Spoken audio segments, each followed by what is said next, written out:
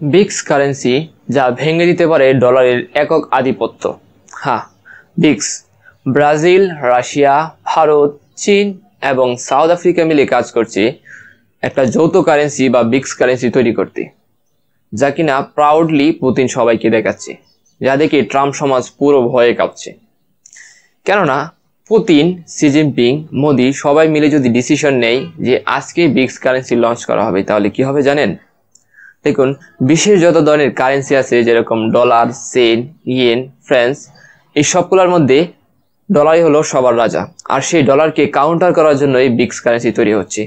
কারণ ব্রিক্স কারেন্সিতে অংশ নেওয়া দেশগুলো যেরকম ব্রাজিল, রাশিয়া, ভারত, চীন, সাউথ আফ্রিকা, এই দেশগুলোতেই বিশ্বের প্রায় 40% জনসংখ্যা বসবাস করে। এখন বিশ্বের প্রায় অর্ধেক জনসংখ্যা যদি ব্রিক্স কারেন্সিতে লেনদেন শুরু করে, তাহলে আমেরিকার ডলারের তো গায়ে কামছে। Like and subscribe.